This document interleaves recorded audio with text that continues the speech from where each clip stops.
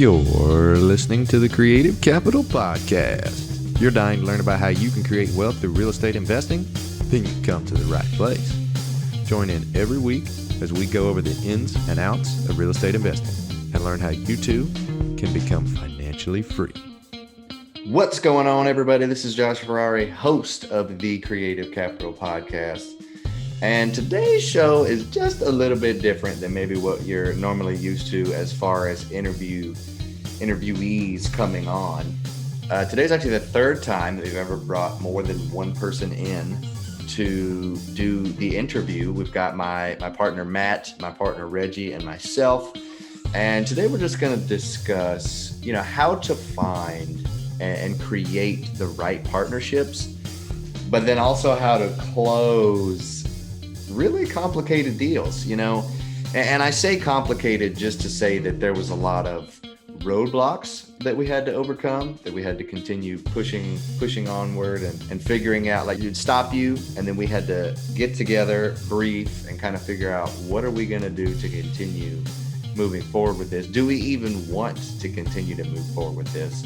Because there were definitely a lot of struggles, and the biggest significant one being the insurance company and all of the hurricane damage that actually happened to our most recent acquisition here in Mobile, Alabama. So I hope you guys actually get a lot out of that. We tried to really dive into, the capital raise side of it and how we kind of overcame those things, what that kind of looked like for us on our end, why Matt had to come in at the end, and why he's now an extremely vital role to the trio partnership that we have here to continue pressing onward in 2021, where our goal is actually to get 1,000 units, where we'll be at currently in February, somewhere between 80 to 90. So we've definitely got some audacious goals. We're definitely pushing for bigger and better things this year, but we believe them to be very, very doable. And so, all that to say, I hope you guys get a lot out of this show. Matt brings a lot to the conversation. He discusses some specific things.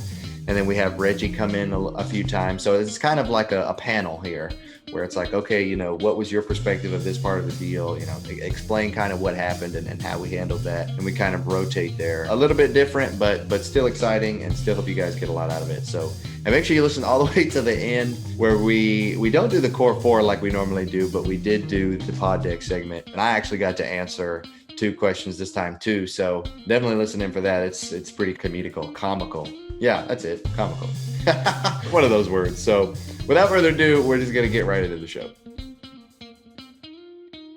Hey, what's going on, Matt and Reggie? This is the third time actually, that we've ever had more than one person interviewed here on the podcast. So this is super exciting. And we're all business partners, so even more exciting. We just closed a deal back at the end of this past year, 2020. So a lot of amazing things happening for us, especially now in this year moving forward. So to start this episode off, I wanted to give the listeners some information about you guys. So for those out there that don't really know who you guys are, tell us a little bit about who you are, what you do, and kind of, why real estate. Matt, you could start. Sure. So Matt Gardner, go by Roar or Matt, either way. Previous fighter pilot background is where kind of born and raised in the military. So 5 years flying the F-15 and teaching people how to fly the F-15E, the Strike Eagle, and then 5 years flying the F-35, the Joint Strike Fighter, and teaching people how to fly that in Florida. About 2 years ago, while I was flying the F-35, I was about to go to the Air Force's equivalent of Top Gun, which is, we call it weapons school. And while I was out in Vegas, kind of getting some fam flights and stuff out there, just kind of got out of breath. And all of a sudden told my doctor I just felt weird and tired. And next thing you know, I had 9 tumors in my chest. And then a week later, I was undergoing heart surgery. And then the week following that, it was chemotherapy had started. So they found out I had cancer, and the cancer was applying a bunch of pressure to my heart and lungs. And then I was down for the count from there. Chemo started, I lost all my hair, full sick mode. And while I was in full sick mode, man, one of my good fighter pilot buddies, he came up to me at the hospital while I was getting some chemo, and he was like, "Dude, here's a pretty good book, man. I think you'd like it, just in case this whole flying thing doesn't work out for you." It was, Rich Dad, Poor Dad, one of the common threads in the real estate investing world. And then another good buddy of mine, he came up to me, he introduced me to the Bigger Pockets podcast. So between those two things, it's very easy to get addicted if you have the bug and just get bit from there. And as a very type A personality in the fighter pilot world, I just kind of globbed onto it, and it was just book after book after book and podcast after podcast. And then when I was a little bit stronger, I started going to some meetups, met some people who were excellent in the meetup world, and they just started to grow from there as far as networking and learning from there. I started getting my license, started teams, and I have a team of about 10 agents and that are working for me for the retail side of things. Put my hand on some flips, some single family flips, did some short-term rentals, which is really my bread and butter along the coast, the short-term rental market. And then starting to grow into the more multifamily market as well through some partnerships. Got a 17 unit, 157 unit, and then our 42 unit we just landed. Super excited for it. That's a pretty powerful story, all the different changes there. And then actually what got you into real estate was something horrible. And then the horrible thing turned out to be somewhat of a blessing, because now you do, I mean, I'm sure you're also passionate about being a fighter pilot, but now you're just like gung-ho and yeah, we're going to make this thing work and this is going to happen. That's really cool. And I actually didn't even find out about that story until like 2-3 weeks ago, after we had already done the deal. I was like, oh my gosh, you had cancer. I didn't even know. What kind of a partner am I? It's horrible. That's great, man. It's good. We got all sorts of secrets we can share with each other. It's great. Yeah. Well, okay. Reggie, what about you? Tell us about who you are, what you do, and why real estate. Reggie Ross, I guess for the better part of my life, I was primarily a musician. And then I grew up and went to college, got a couple of degrees in chemical engineering, spent some time in oil and gas, had some corporate sales and management roles. In the process of doing that, I started looking at my 401k and I was like, man, I can do a better job than this, but knew there was opportunity out there. And the first thing that kind of popped up was real estate. I'd always been interested, but had never pursued it specifically. And so one day I just found myself at home, single, no place to be. And so I turned my primary residence into a rental, and I moved into a condo on the beach. And it's just been kind of, it's been a crazy ride ever since. Had a lot of learnings early on, but I started accumulating single families, and then I got into syndicating a portfolio of single family properties. And then that was, my ultimate goal was to get into multifamily. And I think that's kind of where my niche is going to remain. And that's where we are today. And so, we recently on that 42 unit deal, and which I'm pumped about. And, we've got a couple more in the hopper that we're looking at. And I think 2021 is going to be a great year. But, real estate for me, I get to flex all the brainy muscles that I like to flex. I get to play with my spreadsheets, and, it's just cool. I can get in there and even a little hands-on sometimes if I want to crawl around, and especially, because I've done some house flipping too. So on the contracting side, every once in a while, I like to pick up a hammer or grab a wrench. Not too often. As soon as I pick it up, I usually put it right back down. But so anyway, it's why I like real estate. Well, and for those of you, he's got his camera off today. He's kind of on the move here, but since we can't see him, he mentioned that he's flexing his brain muscles. Well, if you could actually see him, you'd know this dude's a big dude, and he does more than just brain muscle flexing. That's great, Reggie. That's an awesome intro into it. Just literally one day looking at the 401k being like, it's kind of lame. Like I could do way better than this if I just applied myself. Crazy. Yeah, it was like yawning looking at my statement. Somebody's managing this for me, and 7%, whoop-de-doo. Right. I could do better myself, and here we are. Yeah, I felt the same way in the military, because you look ahead, you're like, well, man, in about 5 years, I'm going to make 6% more money. It's kind of underwhelming. The more you worked, essentially, the less you got paid per hour, right? Because you got this salary-based job, and it's really fun to be more of a performance-based job where you can see the fruits of your success and that your labor kind of happen. Yeah, absolutely. And so that's what we're all kind of striving towards. And Matt, it's pretty much where you're at now. You're pretty much full-time in your realtor brokerage business now. Yep. So this podcast episode, today we're discussing how to close problem deals and then how to find the right partners, which obviously is this perfect trifecta that we have here. And I'm just kidding. this power trio that we've got. So I'm going to start off just talking about, as you guys have heard from kind of their story, they've mentioned a few times that we just recently closed a 42 unit deal. And I mentioned it at the beginning. We're actually down here in Mobile, Alabama. So the deal was in Citronelle, Alabama, which is about 20 to 30 minutes north of Mobile. It's as Reggie likes to call it, it's a little small sleepy town. And he says that's kind of our niche, but that's okay because, emerging markets. It's been a real benefit for us to kind of niche in that specific area for a multitude of reasons. And so I'm going to go ahead and kind of like bring us into the show here, talking about how we found this specific deal. So the deal actually came from my mentor, a guy named Jeremy Hands, who doesn't actually run any courses or charge anything for a mentorship program. It's just one of those organic relationships that I so happened to acquire probably about 2.5 years ago at this point, when he spoke at a local real estate meeting about multifamily syndication, which is what really piqued my interest, and like, holy cow, this is a thing. And so I talked to him afterwards, found out we had aviation in common, and that was kind of how we clicked from there. Him then becoming my mentor, taking him out to lunch and doing that sort of thing. So he actually brought us the deal. He just messaged us one day, pretty sure it was an email, and said, hey, got this deal we're looking to sell. Are you interested? You know, we'll give you like a $400,000 discount if you close by the end of the year and we don't use a broker. And it was like, yeah, the no brainer. I'll take, like, at the very least, I'll take a look at it. It sounds awesome. So then after looking at it and kind of running the analysis there, we found out it was going to be a pretty great deal. And then Reggie and I were actually partners at this point. Matt actually wasn't in the picture yet. We were like, yeah, sure. Let's go forward with this thing. It was $650,000 on the front end that we had to raise. We believed we could do it on our own.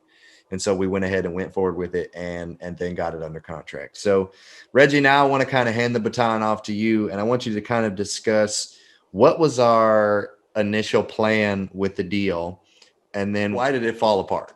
I wouldn't describe it as falling apart. I think the trajectory changed for a few reasons. You know, we start looking at this deal. Well, I guess let me back up. To set the stage, we get this property under contract the day before a major hurricane hit the Gulf Coast. Let that set the tone for the rest of this podcast. So, you know, we're down here struggling with our own issues. You know, I'm on a chain, so I think everybody was on a chainsaw maybe after those couple of hurricanes that we got this year. But so anyway, we get it under contract, and it's like, oh, great. And, you know, we go out and start trying to raise money, and people are like, oh, sorry, I just had to spend money on a large hurricane deductible because my roof's gone, and the property itself was, you know, had gotten damaged, and it was, you know, things were kind of up in there. And so, yeah, there was a lot of unknowns. There was a lot of uncertainty, but we marched forward and we kept on going. And we finally got to a point where we were like, all right, you know, we may have to talk about an extension, some things I was going to be able to pull, but it was going to be longer. It was going to go out past the end of the year. So me and Josh are talking. It's like, well, hey, look, we know Jeremy, so let's talk to Jeremy about this. And at that point, he was like, well, hey, like, I might know a guy who might be interested in getting involved. And that's when he introduced us to Matt. And Matt, I don't think we've ever like told the story from this perspective before. But at first I was like, I don't know this guy. Like, I don't know about that. I don't want to bring somebody else in, blah, blah, blah. All the usual trepidation, I guess, that I have. It's just my personality type. I'm an INTJ, for those of you that are familiar with the whole Myers-Briggs. But I was like, you know what? Let's give it a shot. I at least need to give old Matty a chance to prove me right or wrong. And so that's really not I'm not going to say it's not my style. But anyway, we met Matt for breakfast just to kind of like fill each other out, talk about it, talk about the deal, you know, see if he thinks he'd be able to come in and fill some of the gaps that we had. And I don't know, man. I mean, we all kind of seem to be on very similar wavelengths. You know, he was on this real estate path. He had kind of the same goals that we did. He was very interested in multifamily and already had a lot of good experience himself. And so, you know, me personally, I kind of left the brunch meeting with the warm and fuzzy. So I guess that was kind of my, from my perspective, that's how I encountered it. So, you know, me and Josh talked about it and brought Matt on board. And we had already had a few LPs sign up at this point. And so it was basically just a, you know, small administrative exercise to add Matt in, and we got it done. And we got the bank account filled. We got the closing table, but that's not the end of the story, is it, Josh? We've got much more to discuss here. I'm actually curious because I had this planned in here to talk about kind of what our initial thoughts were when we were considering bringing on Matt, and you discussed that a little bit. But since you brought that up, I'm wondering, what were your initial thoughts when you decided to partner with me, little old me, that had only, I think, done one or 2 deals at the time. And I'm like, yeah, man, let's buy a freaking apartment. Like, what on earth was running through your head? I tell you like this, I've learned not to put labels on people and not to judge a book by its cover or anything like that. I mean, we had plenty of conversations and felt confidence in the multifamily space just from your research. I mean, you might not have been closing, 1,000-unit deals or anything like that, but I can tell that you had done your research. So I was like, all right, this guy has ambition, which I do value that, work ethic, ambition, high performer, sets goals. Hey, look, I respond to that kind of stuff. And look, I've always made crazy plans for my life. And the people around me are like, they're looking at me, rolling their eyes or like giving me the big whatever. And then I go out and do whatever it is I say I'm going to do. And they're like, what the, I can appreciate the fact when somebody that just house hacked a fourplex is like, hey, let's go buy some apartment complexes. I'm like, cool, let's do it. Because I'm the type of guy that's like, all right, let's set the aim high and just, let's figure out how to do it. Let's figure out how to make it happen. That's my curse, is I always think there's a way. Saw a lot of potential. And also we had some, I say, complementary skill sets, because I'm more of an introvert. I think you're more of an extrovert, Josh. So some of the things that you prefer to do aren't really in my wheelhouse, so to speak. And so, yeah, and I think we've talked about this before, but we both have sometimes completely different ways of looking at a deal. And I think that's a good thing to having a partner. And looking at the three of us, what is it that we say? Like, okay, Matt's the pessimist, I'm the realist, and you're the optimist. I think that's it. Yeah. That's the golden ticket right there. And between the three of us, if it can pass our litmus test collectively, then we can triangulate on some awesome deals. Yeah. Well, that's really awesome. I feel like if I had approached anyone else with the level of experience that I had and been like, hey, let's go buy some apartments, man, they would have laughed at me. They would have been like, who is this dude? Even if I had this pre-existing relationship, which we did, we had touched base a little bit, but I guess it was just like you said, so you honestly had to take a little bit of risk there, seeing something in me that wasn't really there yet. You know what I mean? That hadn't come to fruition. We hadn't actually done successfully. And you were like, okay, there's potential here. There's complementary skill sets. And this is one of the topics I wanted to really discuss in this show is, how to find the right partners, making sure that they are complementary, that you guys have the same vision, the same goals, because you could have this complementary skill set with someone that's amazing and that you get along with extremely well and blah, blah, blah, everything's there, the experience, all of that. But then their goal is to reach 100 units and your goal is to reach 1,000 units. And you guys never really talk about kind of what the vision and the 5-year, 10-year goal is.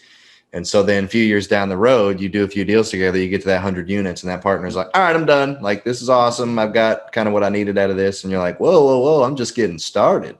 Like, you're just kind of backing out on me. There could be some strife there. Or if there's someone that maybe has the same vision as you and has the same goals and you have the complementary skill set, but you just don't really get along with that person. They're just like what's the word I'm looking for? Like the charisma or character of the person is just kind of not meshing with who you are. You guys can't have like a normal conversation without someone getting a little like edgy. So those are kind of some of the things you want to steer clear of. But jumping back into the deal, I wanted to talk a little bit about kind of where we were as far as the capital raise. And then you already discussed a little bit about how we were introduced to Matt. And then Matt, I was going to hand it off to you after that. So the capital raise. So we got into this thing, and back in July of that year, which was maybe 2-3 months before we got this deal under contract, I actually did a 30-day to 500K money raising challenge with Bill Allen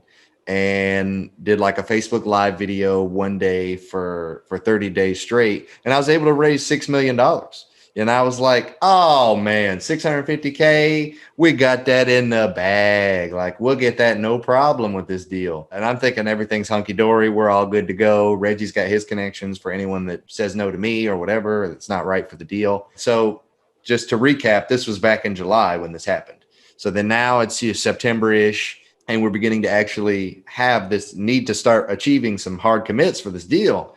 And I was struggling. I was making calls to everyone that had said yes and said that they would be interested in a potential opportunity, met their goals and criteria and blah, blah, blah. And so I'm having these conversations and we're discussing it, and they've seen the webinar and, all this other stuff. And they're like, well, it's just not for me. It's not the right timing. It's been 2 or 3 months since I told you I had 50K or 100K or whatever. I've since already spent it. I put it in another deal. People aren't just waiting around for me to find deals. People with that kind of money, they've got other opportunities. So I ended up only being able to raise like 200, 300,000 out of the 6 million. And I'm like, what the heck? How did all this money disappear? And so where a lot of the 6 million actually came from was I accumulated about $1 million between 25 to 30 investors. And then I actually had 2 investors that took me from $1 million to 6 million. I had one guy at 3 million and one guy at 2 million. Well, after having conversations with those guys, they were one of the first ones I went to, you know what I mean? Like they got all the money. They can come bring it all in right away. And so going in the conversation, talking to them, they were intrigued at first. But it was almost like once we got closer to the end, they were like, oh, well, I thought this was just like a casual conversation. I thought we were just just hanging out. I didn't know you were actually like needing money. And I'm like, oh, what do you mean? And they're like, well, we actually just, and they're both kind of buddies. The $3 million dude actually referred me to the $2 million dude. So we just went ahead and had a conference call basically with the 3 of us. So we're all 3 chatting and having a good time while I'm basically pitching, and they think we're just talking about this deal we got, you know what I mean? So then they're like, we actually just put like 57 million in this other deal over here. So we're kind of capped out. And I'm like, 57? You guys told me you only had 5. You put 57 million in this other deal? They're like, yeah, man, we got some other things going. I was blown away. I couldn't believe it. But needless to say, in between those few months, that was where the majority of their capital went. So they weren't really available and open for opportunities. So at that point, I'm like, I'm clueless. I'm like devastated and clueless. Like, holy cow, I raised 6 million. I thought that was amazing. But then come time to need it a few months down the road, and it's not there. So then Reggie brought another $200-ish thousand to the table. We're at 500,000 at this point. And, we're still shy. We're still like, well, at that point, I've called everyone. Reggie's called everyone.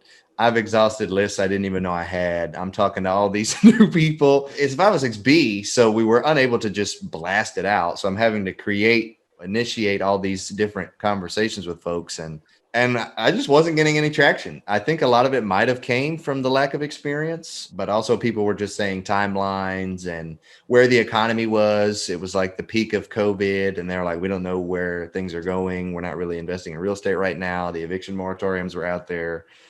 And so it was like, well, dang, do I just like suck at this, or what the heck's going on? So that was when we came to the conclusion, Reggie and I, that we're not going to be able to raise the money. We were about, I think, 2 to 3 weeks out from actually needing to close, and we didn't have the money.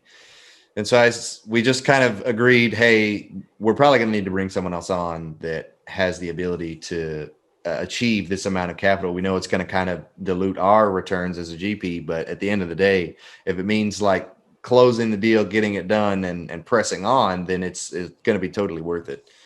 So we actually approached Jeremy, who was the seller, first, and we were like, hey, would you consider raising money for a deal that you're selling so you can just like win? You help us close the deal, you get the money from the sale. And he actually thought about it. He thought about it for a day or two and then decided that he didn't think it was going to be ethically right, which we totally understood. We're like, yeah, you don't necessarily want to be on both sides of the deal. And so he said, but I know a guy that lives in Destin, and we've tried to do some deals together before, but it just hasn't really worked out, blah, blah, blah. And he says, tried to, raise money for us. And he's really good at raising money, XYZ, all the stuff. He's in the military, aviation. And I'm like, ooh, aviation.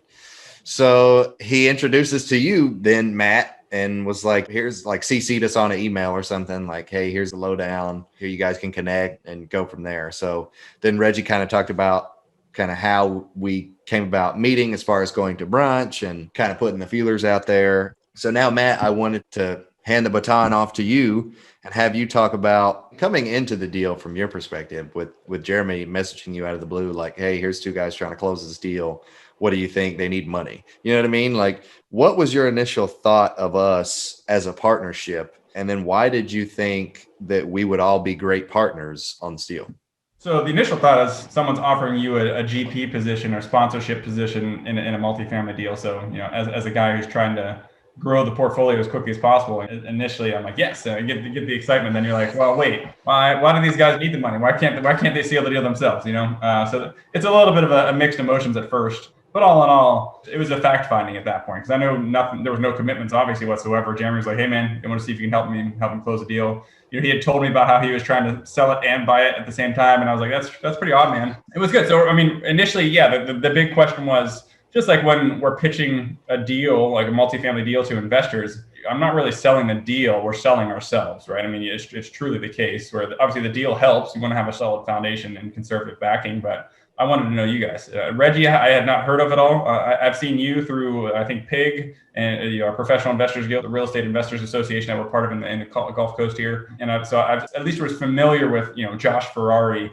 as a brand of somewhat. And so that helped a little bit, just knowing, okay, I've heard of the guy before at least, so it's not some complete rando. And then obviously having the backing from Jeremy, who I looked up to as well. I took the Commercial Mastermind 6-month course with Jeremy and Bob Preston and some other local investors, and it was good to get to know them for 6 months. And so I found them to be trustworthy, down to earth people. That if they say you're a good person, that Reggie's a good person, I'm going to at least take the word at surface level, and then I'm just going to follow up from there. So initially, I was just excited. I was excited, and then just like you guys wanted to vet me, I wanted to vet you because anytime I'm going to a deal like this, I'm going to bring some of my money in, but at the same time, I'm bringing a lot of other investors' money who are typically, people who I have strong relationships with, and I want to foster those relationships. And the last thing I want to do is put them into a deal that's going to be sour, right? So I wanted to make sure that their money was secure. So that's like the mindset from the very beginning for me. It was like, all right, I'm happy to do this as long as their money's secure. So that's why, I guess I came in as the pessimist, just trying to poke holes in the deal everywhere I could to see, all right, well, where could this go wrong? That was essentially my mentality of like, where is this going wrong? Obviously, there's plenty of upside. Sure, sell me the upside all day long, but where is this going to fall apart? Was kind of my thought process. I definitely agree with that. I had similar feelings, I guess, as just like Reggie did and just like you did, as far as vetting and getting into this and being like, yeah, this guy, Matt. And I'm like, well, I never heard of this guy, Matt. And then I think actually what happened was, I don't remember if Jeremy sent me and Reggie the email with like your contact info, or if he just sent it to Reggie, because I don't remember getting it. And I remember Reggie had the initial conversation with you just to kind of touch base and see when was a good time for us to actually meet.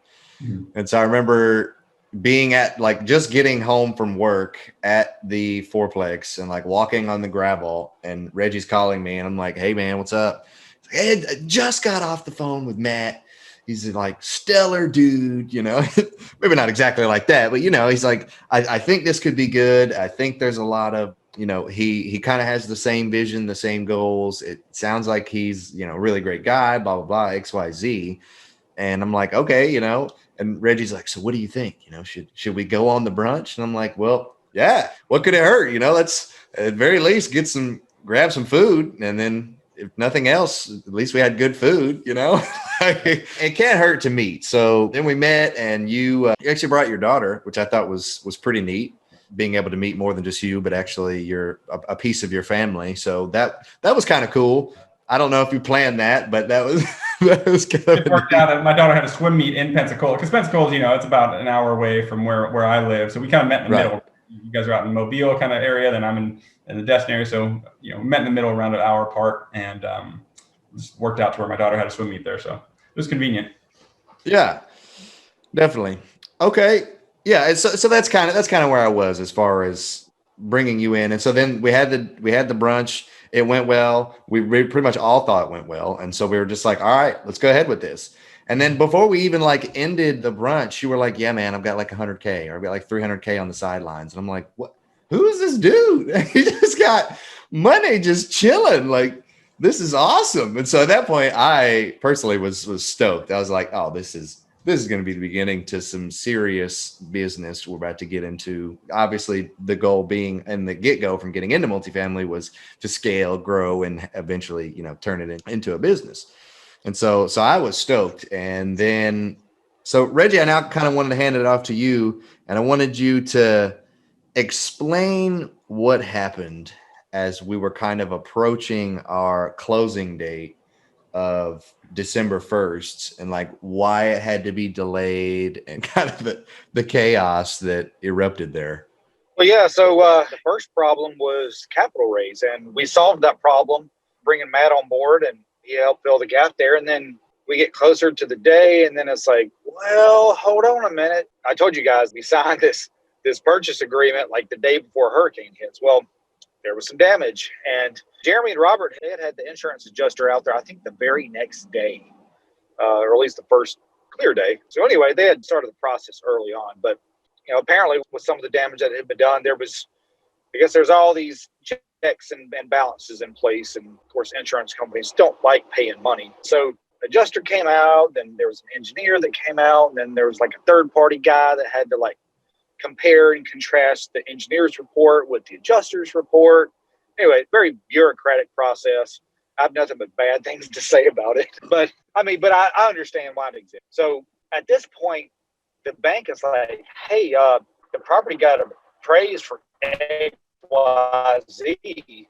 and now it's worth XYZ minus the damage that's been done. They can't legally loan us money on a property that isn't worth what it was appraised for. And so, we had to get very creative to get this thing across the finish line, because for a majority of the people on the buy and sell side in this deal, this was a strategic, like the timing of this was strategic for tax purposes. We wanted to close this deal, the three of us, so that we could take advantage of a cost segregation analysis, front load some depreciation, and, have it be a boon at tax time.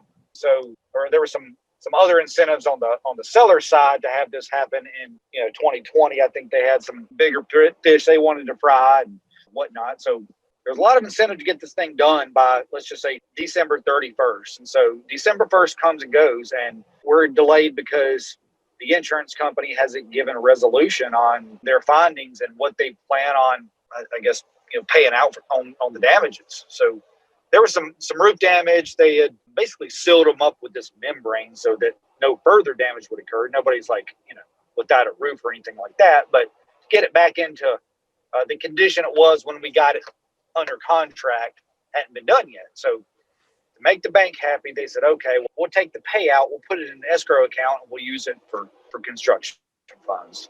And that was going to make them happy. So once that report was released and the bank got a hold of it, they signed off on it, and we were good to go. So we had the money in the bank. It was really just, hey, let's make sure this thing happens. But we had to bird dog the insurance folks, the buyers and the sellers, and I think even the banker got involved. But we had to push hard to get that report out, just to check that last box to get us across the finish line. But we did it. By God, we did it on December 28th, right? Last business day of the year. It was the 30th, December 30th. Oh, was it? Yeah. Oh, that's okay. I did something else on 28th. Getting all confused here. So last business day of the year, here we are, but we got it done. And look, a photo finish is still a finish, right? Right. Yeah, absolutely. So Matt, I want you to kind of like open that up, so insurance was crazy. We didn't even find out any information until December 28th. From December 28th to December 30th, kind of unpack what the heck was going on and how we resolved that so quickly. Yeah, so it's a big problem in the deal. When I came on board, one of the ways that Jeremy sold the deal to me was, hey, dude, not only are you getting this sweet deal as is, but the insurance company is going to pay you $800,000. You're going to get brand new roof, brand new siding. It's going to be great. It's going to be so good, and it's going to be great. So I was like, dude, this is like a win-win-win. This is going to be awesome. And then lo and behold, we start dealing with some of these insurance reps and these other people who were just, I don't know. Reggie was very kind to them. I'll try to speak kindly as well, but it's just annoying the bureaucratic nightmare that it goes through, and it's just annoying. So in the end, we thought we were going to be getting $800,000, and then they quote us something else. One of the big issues that I had was we thought the sellers had already paid their full insurance deductible. However, the sellers did not pay the full insurance deductible. I can't remember the numbers. It was something like they had paid, I can't remember what it was like. They had paid $30,000, but the entire deductible was like $56,000, something like that. And so essentially they were proposing that we close and then we cover the rest of the deductible, and then we can get the insurance. It's like it's a promise to eventually maybe get money, and we need to pay for this deductible. And it was a big discussion we had, and it kind of took me back to a good book of Getting to Yes, where, and at first it was very positional fighting as far as negotiating. Like, this is where I stand, this is where you stand, these are our positions. Once we realized where the interests lie, there was some what was the term for that $40,000 holdback? Appreciation. Yeah, so there was an extra $40,000 that the insurance company is going to give you after all the work was done. It was a known quantity. It was known to be delayed. And in the end, it was a balance of risk versus reward for us and the sellers. I didn't want to risk a lot of the unknowns. Reggie and I and Josh, we all had that discussion of like, I remember us trying to bowl with my family. It was in a super loud environment. I was like, I don't know, guys, like I'm ready just to kill the deal here because this is not like, there was too many red flags that they threw up like 2 days before closing, right before the end of the year. And, these things just kept finding out. But in the end, once we found out the true interest on both sides and we were to come to an agreeable conclusion, we were all happy, I think. I mean, we're still working with the insurance on the backside with the second half of the payment, which that can be a second episode, maybe a year from now when we get it sorted. But in the end, it was just that was it. For me, the big takeaway was the positional negotiation versus the interest. So understanding what the interest was from the seller and the interest was from the buyer versus, hey, my position is I will not pay this money. And they say, hey, you must pay this money. Well, that really wasn't the problem. It was understanding the risk reward on both sides. Yeah. And so then we actually had to get like extremely creative there at the end. I remember Robert actually sending us an email of like, okay, here's option 1, option 2, and option 3. It was like it was up for negotiation because there was options, but at the same time said, well, what if we didn't want to choose any of the 3 options? Then it was almost like, well, then you ain't getting the deal. So I just remember those 2 days being like 20-hour days. I remember just on the phone all the time, talking to the freaking insurance company, to the RRCA, who's the company actually handling the insurance claim. Yeah, I remember talking to Jeremy, calling Bob, calling you guys, calling investors. They're like, what the heck? Deal's not closed. I'm investor relations. So all these people asking me all these questions. And I'm like, guys, I don't have answers yet. And I hated it because it's like we had promised them that we were going to close by the end of the year, at the latest. And it was slowly starting to seem like that was not going to happen. And so it was kind of like that feeling of defeat, but then continuing to just attack it and go after it and figure out, okay, well, what if we did it this way? What if the sellers did a holdback? And then it was just like they did a holdback for the 40,000 or whatever the depreciation was going to be, the holdback from the insurance company. Well, what if they did that? And then they ended up getting paid once the work was done from the insurance company, but we had the money from the get-go, so we were able to get all the work done. And they were like, well, if we do it that way, then you guys are going to have to pay the deductible. And so that was like another $25,000 at closing. We're like, no, we're not paying no extra money at closing. So we had to get creative. I think we ended up doing something where we just didn't get the actual depreciation from the insurance company. So we're still waiting, until the work's actually done. We'll receive the rest of that. But in lieu of that, them not having to hold that, they agreed to just pay the rest of the deductible. So we didn't actually have to come out of pocket any. So it ended up being a win-win. We ended up closing right there at the final hour. It was like 2 or 3 p.m. on the last business day of the year. Everything's getting ready to close. And so it was exhilarating and exciting to be able to cross that finish line and make that happen. So Reggie, now that we've closed the deal, we found our trifecta of a partnership here. We found our perfect partners, and we have a vision for kind of where we want to go, and we're already beginning to put that in place, and the snowball is rolling. Where are we headed in 2021 and in the future? We don't really have like a name for the 3 of us yet. We're still just kind of Mage, Ferrari Capital, and Ross Residential, but that will come soon enough. So where are we headed, and kind of what does that look like? MPT Capital, multifamily power trio. Yeah, so 3 of us got together at the beginning of the year, and Josh kind of initiated the conversation. He's like, "Hey, look, let's talk about our goals for the year, because we get this other property under contract, this 34 unit. And it's like, hey, look, I think we all have similar desire to like grow in the multifamily space. So let's try to formalize a little bit more, make sure that we're on the same page. We have kind of a little 2021 powwow to do that. And, we start discussing goals, where we want to be personally, professionally, and kind of agreed, it's like, okay, we put a number to it. If it's goal should be SMART, right? It's an acronym, but they have one of the acronym letters is measurable. It has to be measurable, quantifiable. And so we said, okay, let's do 1,000 units. That's our goal for 2021. And so we've got 34 of that now. So I guess we only need 966 more. Oh, yeah. So now there's a lot of potential out there. I mean, just today, I got sent 112 unit opportunity in blankety blank, Alabama. And I think we've all got leads on stuff, but we're constantly underwriting, but we want to take this thing as far as we can take it. That was my ultimate goal anyway, is to get into multifamily and leverage that the scalability of this niche of the real estate industry. So, we're all kind of, I think we're learning each other's strengths and weaknesses and trying to divvy up the responsibilities accordingly. And I think we'll just continue to get more efficient and more effective. And so as we do that, we start networking with more folks, start bringing more deals to the table, we'll start raise more capital, and it'll just snowball. I may have elaborated a little bit more on our vision than we talked about, but that's the direction I see it headed in. Right. No, that's good, man. I like the details, especially when it comes to, I guess, planning and goals and vision. Some people say less is more, and that may be the case in some circumstances. But as far as elaboration and details go, I believe that if you know exactly where you want to go and where you want to be and how you want to get there, and you have all those details down, then you are more than likely going to get there as long as you stay focused and just keep pressing on. Don't give up. I've been in this business for 3 years as a whole, but multifamily specific for 2.5.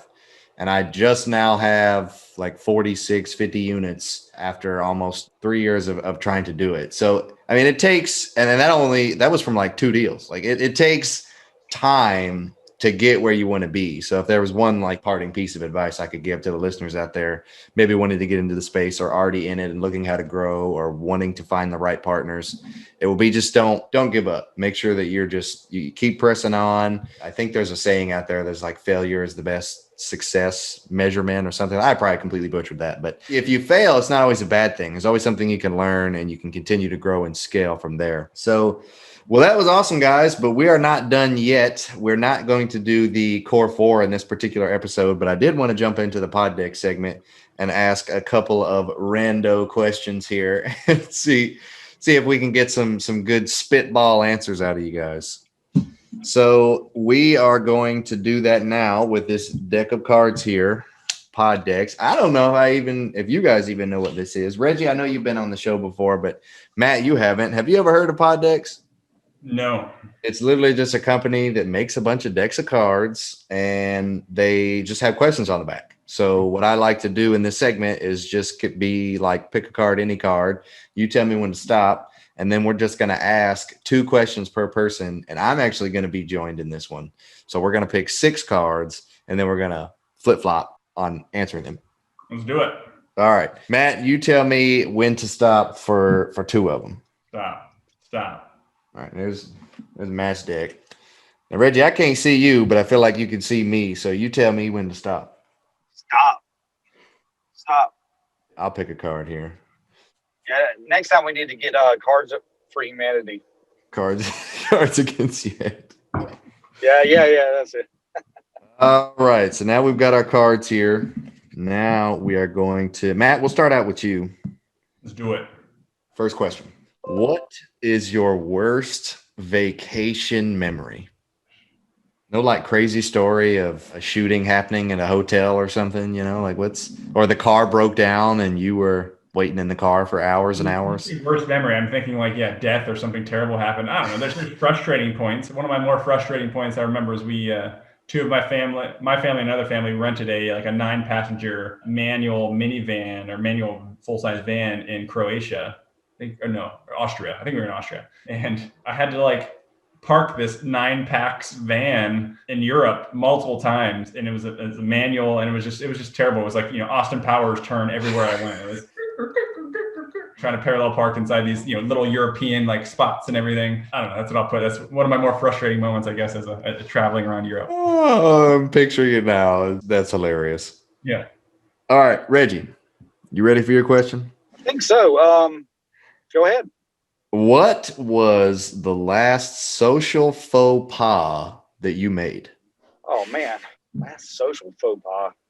I know the rules, the manners and what to say, what to not to say. But every once in a while, man, I will just stick my foot in my mouth. And I feel like I do it more than, the random average person. So I'm sure there's a good one. I'm trying to think.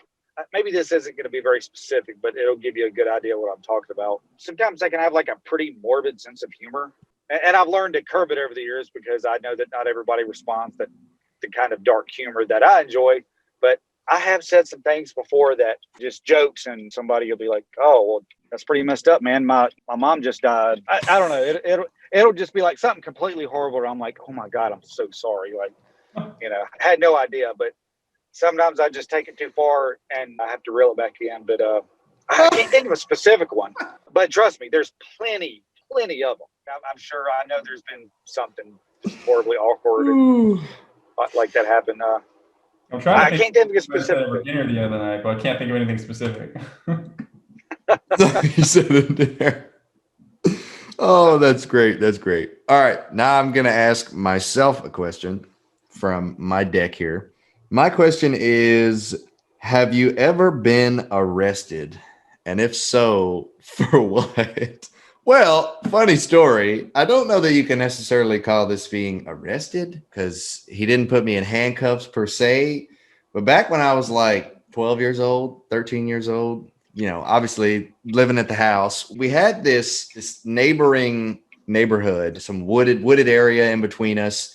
And you walk through this paved little like creek area, or you could just go through the woods. And then it took you to the other neighborhood.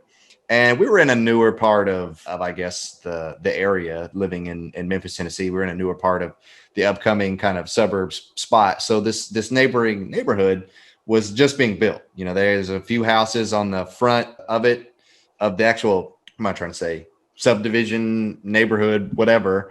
But the half back of it was paved. Like there was a street paved, and they had like, the cul-de-sacs going off on the ends there. But there was just a big pile of dirt everywhere. Like it was just dirt and ramps and trees. And, in the houses that they were building, they had a lot of scrap. They had a bunch of different houses they were building at the same time. And there was a bunch of dumpsters there. And so my friends and I thought that it would be a grand idea. We really were pyros back in the day. So we loved just burning stuff. So we were like, hey, guys, they're throwing this stuff away anyway. Why don't we just make this giant bonfire, and it'll be great. It'll be like as tall as the freaking like 2-3 story houses that they're building over here. And so we took a ton of trash, and we're like, we don't want anyone to see it, but we want it to be super tall. So, naturally being young and ignorant, we had no idea that it was going to be beyond obvious from the smoke trail and everything else. Everyone's seeing it. So we go to the back of the neighborhood where we think no one can see us. But we went to the center of the road. We're like, we're not going to put it like in the grassy dirt area. We don't want to catch like the woods on fire. We don't want to start a forest fire. So we'll put it in the middle of the road. So, we had like insulation, we had wood, we had all this, flammable stuff. I think we even had like a broken window in there, like just stuff we just picked up and carried and put in this giant pile. And so we started this massive fire.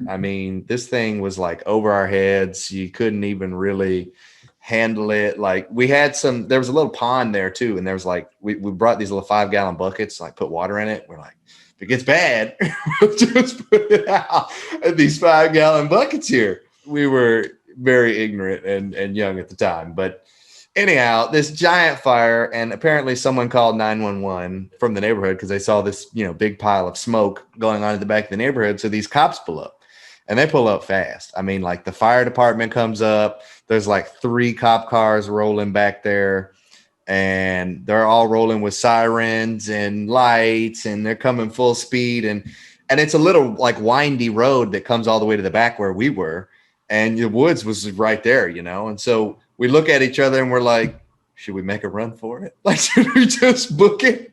Just leave the fire? Let's just get out of here. And we were like, nah, we don't want to like go to jail or anything, trying to escape and run away and then think we like did something bad. So we literally just stood there. Like we got the little buckets of water and we tried to put it out, and it didn't put it out. We were like, well, that did hardly anything. So the fire department rolls up and they put the fire out, no problem. And then the police, and keep in mind, this is actually on Mother's Day. And the police are, and we're one neighborhood over. So we're like, could we just walk home? We won't do it again. Can we just like go back to the house? And he was like, no, you're coming with us and we're going to take you to your parents. So I didn't technically get arrested per se, but they put us in the back of the cop car and drove us to our parents' house, where they went to the front door and knocked, and my parents were greeted with me standing there with like 2 police officers, and then it was on Mother's Day. So that's my arrested story. So anyhow, now we'll go back to you, Matt. Your question. What's the strangest thing you've ever seen in the middle of the road? Can't think of anything strange in the road that I've seen. It's all fairly common things. I don't know. I've never come up to anything super strange. You want me to ask you a different one? Yeah, ask me a different one. That's a stupid question. All right. Back in high school, what was the strangest thing that someone could find in your locker? They can go saying things I shouldn't say. What can I say in the podcast here? I don't know. I was a little bit ghetto at the time, I would say. I had some chains that I would wear and go night clubbing and that whole fun thing. So I don't know. I probably had some sort of clubbing paraphernalia, we'll say. Were you a raver? No, I wasn't a raver. I was more in the hip hop scene. That's what I did. Loved it. In high school, I worked in nightclubs. I worked in nightclubs. I was a bar back when I was 16, and I loved the nightclub scene. I loved the environment and the energy. It was awesome. So okay, very interesting. Trying to picture Matt as like this gangsta white dude, like just kidding. I had a fro and I had to pick out the fro and stuff. It was good. I need photos of that. We need to post that in the show notes. I'll have to send. Okay, remind me. I'll send you the picture of it. That is fantastic. All right, Reggie, you ready for your question? I'm ready. Yours is easy. What would you do with an extra hour in a day? Actually, this isn't very easy. I just do more work. No, extra hour in a day. I don't like that question. I want another one. Like Matt got another one. I want another one. All right, we'll just scroll through the questions here. Okay, here's another one. Do you have any phobias? I don't like how those little seed pod things look, Seed pod? No, I don't know if you guys have ever seen it. It's like these seed pods that it was like an internet phenomenon of like a couple of years ago. They were like photoshopping these pictures of these seed pods from a certain plant onto like human skin, and it looks really disturbing. But it was supposed to like trigger people that had this certain phobia of like holes and cracks and crevices. Y'all know what I'm talking about, or do I just sound completely insane? Bro, you lost me. Well, no, I can't think of anything. I did see something strange in the middle of the road once. I saw an alligator eating a raccoon. An alligator eating a raccoon right in the middle of the road. In the middle of the road. That is a strange thing to see. Yeah, but it was in the south near a marsh, so no big surprise, but it was in the middle of the road. Wow. All right. Well, now that we know what you're scared of, and Matt, that you were a gangster back in the day, I feel like we're even closer now, I just texted you both a picture so you can see it. So I can't wait to look at that. We got one last question, and then we'll wrap things up here. It's a question for me. What gift would be awkward to receive from your boss? What gift would be awkward to receive? Well, I'm an aircraft technician, so I've got a few different bosses, but if you looked at it just as like my manager, like the actual manager of the hangar, shoot, what would be awkward? I don't know. I'm trying to think hard, because there's things that he could give me that would be like irritating. Like first thing that came to mind was like a "you're fired" letter, and that's not really awkward. That's just kind of like, it is what it is. What about like some Gold Bond powder or something? Yeah, I'm trying to think like jar of Vaseline. Yeah, or like Thanks, Bob. Something like that. Some deodorant, like, hey, you smell horrible. I guess that's the best thing I can think of. I don't know. I'm bad with coming up with answers to these. I'm better at just asking the question. Some of them are tough. Yeah, for sure. I don't know. All right. Well, that pretty much wraps up. We've gone on more than an hour at this point. So that wraps up everything. And Now going back to just kind of the closeout, we talked about the deal. We talked about how it was crazy, how it was not like impossible. I guess nothing's impossible, but this difficult deal to close, constant roadblock after roadblock after roadblock, and how we kept pushing through that, how to find the right partners. We discussed all those things. So for any of you interested in learning more about any of that, or potentially wanting to get into the real estate space, or you're already in and you've got some basic knowledge and you're trying to continue to grow your portfolio, feel free to subscribe to the show. Feel free to listen to any of our other episodes that we have. At this point, I don't know what number will be. This might be 40 or 41 or something of that sort. So we've got 40 plus episodes for you to go back and listen to. We've also got a monthly newsletter that you can feel free to join and be a part of. And that will send you updates as far as market specifics, as well as typically some type of educational piece of information. I like to change it up, something different every month. And it really just depends on, what I'm thinking about at that specific time. I don't really plan it out. Some people ask me, do you plan that out like months in advance? I'm like, nah, just, okay, today I need to write the newsletter. What am I going to write it about? It's like, well, we've been really struggling with marketing. Let's talk about marketing, or whatever. So feel free to check that out. We've also got blog posts. And then also we've got a new investor portal now. So if you actually go on our website, ferraricapital.com, you can actually sign up to be on our portal. So you can get updates on all new deals that we've got going on, which we've actually got one going on now, but we might have closed by the time this thing airs. So that's all I've got. Thanks, guys, so much, Matt and Reggie, for actually taking the time to come out and be on the show. You guys are extremely busy, and we've all got tons of stuff to do. I, for one, have not been able to spend any time with my wife over the last 3 days. So I'm looking forward to just hopping off this and going and spending some time, grabbing something to eat. So once again, appreciate you guys. Thanks for giving some nuggets of info there, even if it was just talking about how we did it. A lot of times just the experience alone is more than enough. So thanks again, and we will see you later. Yeah. Thanks for having us, Josh. Well, guys, I hope you got a lot out of that. I know I normally kind of do the marketing spiel here at the end, but since my partners were on there and we're all kind of a team, I just wanted to go ahead and do it on the forefront, so I won't do it here. But if you guys have any questions, if you want to learn more about maybe how to get into the space or how to potentially invest with us on a deal, or maybe you're already in and you're looking for partners, or you want to know how to analyze deals, if you have any of these questions related to the multifamily or passive investing, or any of the primary niches that we kind of handle here at Ferrari Capital, feel free to reach out to us. You can go on our website, you can fill out that form on the homepage, ask us any questions, or you can just email me, joshferrari901@gmail.com. Feel free to shoot me an email. Let me know if you have any questions or concerns. But then also another great free educational platform we have is this podcast. So, feel free to go check out any of our other episodes, subscribe, make sure you listen in to any new episodes. Here at Creative Capital, we don't talk specifically about multifamily. So we actually discuss any opportunities there are out there to create wealth and generate income through real estate investing. So we are real estate investing specific, but a lot of different options out there. We had one couple come on that talked about multifamily portfolios. They did 5,000 units in one deal, and that was insane.